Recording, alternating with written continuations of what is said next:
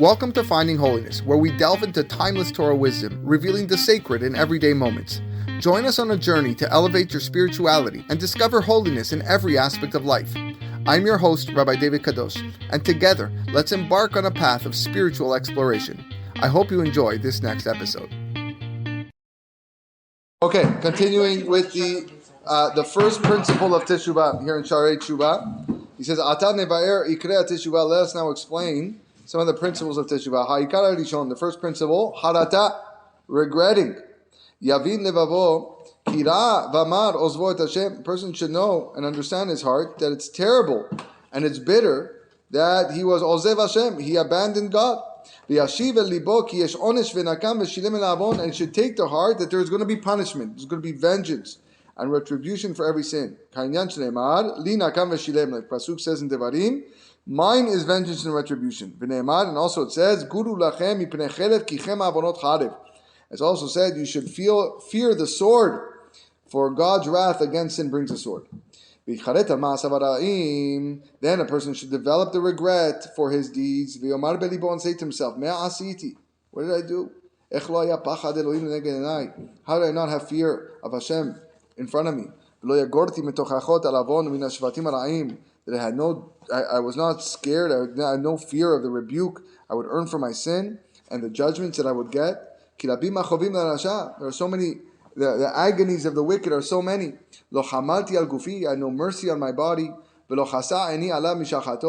eye was not compassionate towards the concept of the sin, to prevent it from being destroyed. Just one mere moment of pleasure, look what came as a result. This is how you bring yourself regret. I can be compared to a man who robs and plunders and eats what he stole.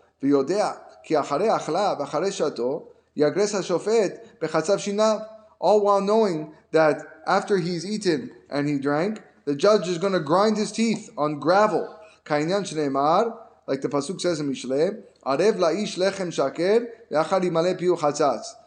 the bread of falsehood is tasteful to man, but afterward his mouth would be filled with gravel. So the first aspect of harata, of regret, is based on that idea that the physical pleasure of the sin wasn't worth it, based on what you're going to suffer now.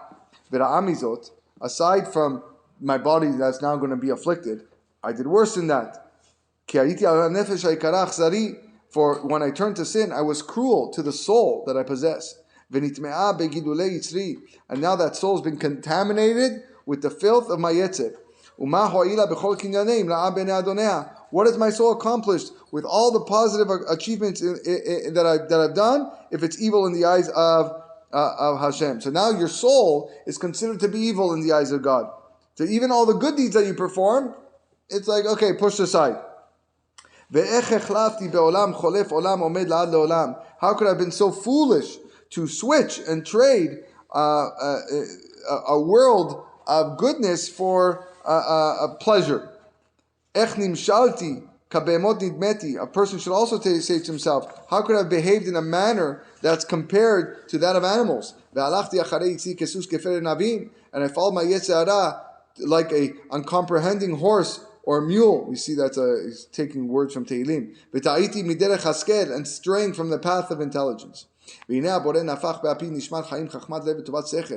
Hashem gave me, He blew into me a soul of life that is wise and intellectual. To recognize God, and fear Him. To be the master of the body and all that comes from it.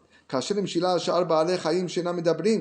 like He made it the master of all the living creatures which don't have the ability to speak. Because it's so esteemed that He wanted to do. And since I was created with this purpose, for my soul to rule over my body, but I acted in the opposite way, allowing the body to control the soul, then what's the justification of my life? A person who strays from the intelligent way will rest in the congregation of those who are lifeless. Moreover, I didn't even act like animals act. That was worse. Shafalti mimena. I sunk lower than the animals. Ki adashor koneu v'chamor evus be'alav. Pasuk in Shaarei says the ox knows its owner, and a donkey its master's trough. V'ani lo yadati v'lo ipananti. But I didn't know my master. I didn't think of Hashem when I sinned. V'shilachti nafshi lachavshi ma'adonea. And I set my soul free of its master, and I disregarded his commands. Lastly, he says, Ta'amti tzufi v'nashiti sofi.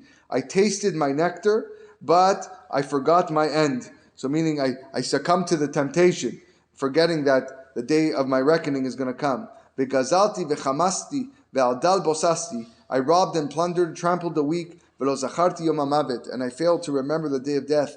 When all that remained before my soul will just be my corpse and where I'm buried, my burial plot. That's enough to scare somebody, no question. Because you remember the day of death, that's the last step in confronting the Yetzer Hara. So what were the 7 things that he mentioned so far? That 7 aspects of regret. Number 1, that the pleasure of sin is outweighed by the pain of the punishment. Number 2, the sin contaminates the soul. Number 3, a person sins loses a share in the world to come. Number 4, when you are led by your desires, you act like an animal. Number 5, Hashem gave you a soul to rule over your body, and you chose your body to rule over your soul. Number 6, you forgot HaKadosh Baruch Hu, and therefore you're lower than the animal. Number 7, when you die, all that pleasure that you experience is going to be forgotten, but your day of judgment is going to remain. And that's why he concludes, this subject that we just explained, this is what Yirmiyahu meant when he said, En ish nicham al ra'ato lemor me'asiti. No man relents of his evil, saying, what have I done? And this is the first principle of Teshuva, that of regretting a person's his own sinful actions. Okay, we will continue B'ezrat Hashem next time.